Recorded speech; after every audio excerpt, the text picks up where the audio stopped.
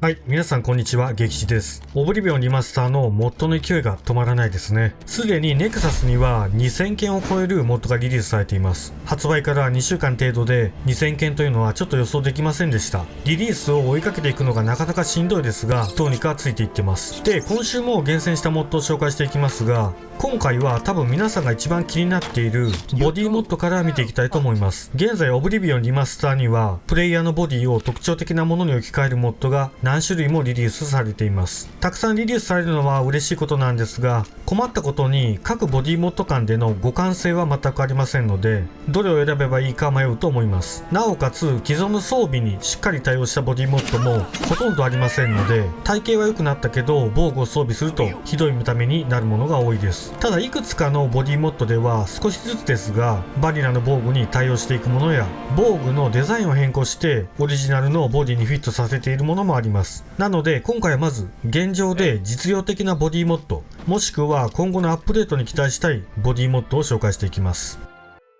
それでは最初に紹介するのはナチュラリートップレス。このボディモッドはバニラの形状は変えずトップレスに変更するモッドです。体型は変わらないので全てのバニラ装備に対応します。バニラのダークセデューサーアーマーのメッシュを改善したダークセデューサーアーマーリメッシュやスキンピーレザーアーマーキュライスリプレーサーと非常に相性がいいです。特にスキンピーレザーアーマーと一緒に使うと小汚いバニラの下着が見えないので見た目が良くなります。バニラの下着を高品質でリカラーしたものに変えたい場合はハイクオリティアンダーウェア&カラーオプションも使ってください。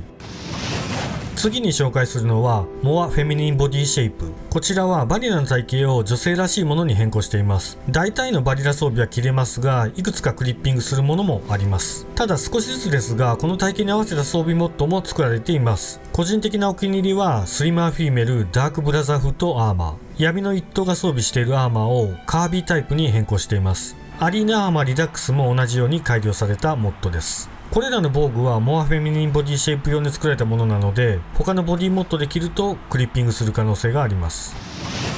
次はニークスンベターボディモッド。素晴らしい見た目のボディモッドで対応する装備がとても見栄えがいいのでおすすめです。付属のダークセデューサーアーマーはさらに見た目のいいデザインに変更されています。ベターアイアンアーマーはバニラとは比べ物にならないほど女性的でおしゃれです。ニキシーンズベターボディモッドは現在この2種類の装備に対応しています。続いてかなり気合の入ったモッドです。スリーズオブデバンチェリー NSFW アーマーはバニラの鎧の多くのメッシュを改良してあらゆるボディモッドで装備できるようにしています。ボディモッドで体型を変更することでクリッピングしそうな部分をバッサリ切り取っていたりしますが、これはこれである意味ありがたいですね。ここまで多くのアーマーのメッシュを改良しているのは本当にすごいです。最後はバスティオブリビオンワークインプログレス。いくつかの衣装のバストとヒップのサイズを大きくするモッドです。こちらは少しずつですがいくつかの防具に対応していっています。僕が確認した時点では軽装闘士の防具とミスリルキライス、車種のキルトベスト、森林警備官のシャツの4種類の防具に対応していました。それではここからは最新のおすすめモッドを見ていきます。最初はフィーメルロコモーションリプレーサー。女性の移動アニメーションを改善します。ウォーキングもランニングもスプリントも見栄えの良いアニメーションに変更されますのでぜひ使ってみてください。こういったアニメーション変更モッドが出てくるのを待っていた方もきっと多いと思います。ありがたいですね。次はレースメニューユーティリティーズ。コンソールを使って他のユーザーが作ったキャラクタープリセットを読み込むことができます。また自分が作ったキャラクターもプリセットとして保存することができます。使い方は長くなるので簡単に説明します。まずネクサスに上がっているレースメニューユーティリティーズに対応したプリセットをダウンロードします。僕が上げているもので恐縮ですがこのプリセットで説明します。ダウンロードした JSON ファイルを UE4SS の MOD フォルダ内にあるレースメニューユーティリティのプリセットフォルダ内に配置します。あとはゲーム内でコンソールを開いて RMU ロード GKCH ブレトンと入力すればプリセットが読み込まれます。この GKCH ブレトンというのがプリセットの名前です。プリセットを保存する場合は RMU セーブネーム。ネームには好きな名前を入力します。これでエンターを押せば現在のキャラクターがプリセットとして保存されます。なお UE4SS は Nexus のものではなく GitHub にあるバージョンを導入する必要があります。また OBSE 環境では初回はうまくいかないようです。では次のモッドです。ウォンガーズシールドオンバック。盾をしまった時、腕ではなく背中に担げを変更します。これはかっこいいですね。そしてすごいのは、バージョン 0.4 で盾の位置と傾き、スケールまで変更できるようになりました。調整メニューは英語キーボードに変更しないと開かないようです。イコールキーを入力することでメニューが開きます。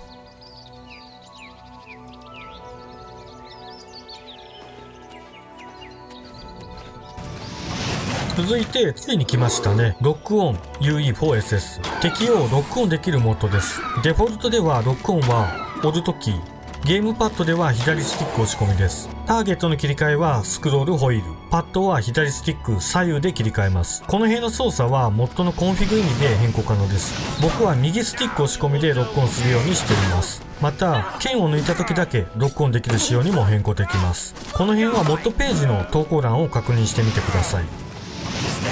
次はベターダイアログ。これも待っていた方多いと思います。会話中のゲームの一時停止を無効にしてカメラの視野角を広げて NPC の顔がドアップにならないようにします。ただごく稀に話しかけると NPC が離れてプレイヤーから逃げていくことがあります。そして次もカメラ。インプローブドカメラ。三人称カメラの位置を少し低くして没入感を高めます。また武器を抜いた時少しズームアウトして戦闘中の視認性を高めてくれます。このモッドも素晴らしいですが、いつか自分で好きなようにカメラ位置を調整できるモッドが出てくるといいですね。続いてゲームプレイに新しいコンテンツを追加するモッド ORWO オブリビオンリマスタードワイルダーネス。このモッドはオブリビオンリマスターに新しいクリーチャーと敵の集団を追加します。新しいタイプの精霊や発光するスケルトン、イノシシや小型のネズミやカニ、野生の馬などが白ディールの各地に配置されます。クリーチャーはプレイヤーのレベルに合わせて強くなっていきます。特にボスタイプのクリーチャーはかなり手強いので気をつけてください。次はウルティメイトバンディットオーバーホール。盗賊とのエンカウントが増えるモッドです。オブリビオンはフィールドでのエンカウントが非常に少ないと感じることがありますが、このモッドである程度戦闘の機会が増えると思います。ただまだ少しスカイリムやフォールアウトと比べると道中の敵との遭遇が少なくて寂しいかなという感じもあります。次はターペンタイン。メモリマネージャーの改善を目的として作られたモッドです。フォールアウト4の X セルのメモリマネージャーを移植されたようです。ファストトラベルのロード時間が速くなったり、メニュータブの動作がスムーズになったりと、実際使ってみて確かに効果はありました。今後どのように改善されていくのか非常に楽しみです。現在はユーザーからのフィードバックを集めているようです。最後はレスポンシブコンバット AI。NPC の AI を改善します。バリアの NPC は戦闘中はじっくり様子を見ながら戦うスタイルで攻撃頻度が少なく消極的に感じるところがありますが、子供と導入することでかなりアグレッシブにアタックしてきます。少し難しくはなりますが、これくらいの歯応えは欲しいですね。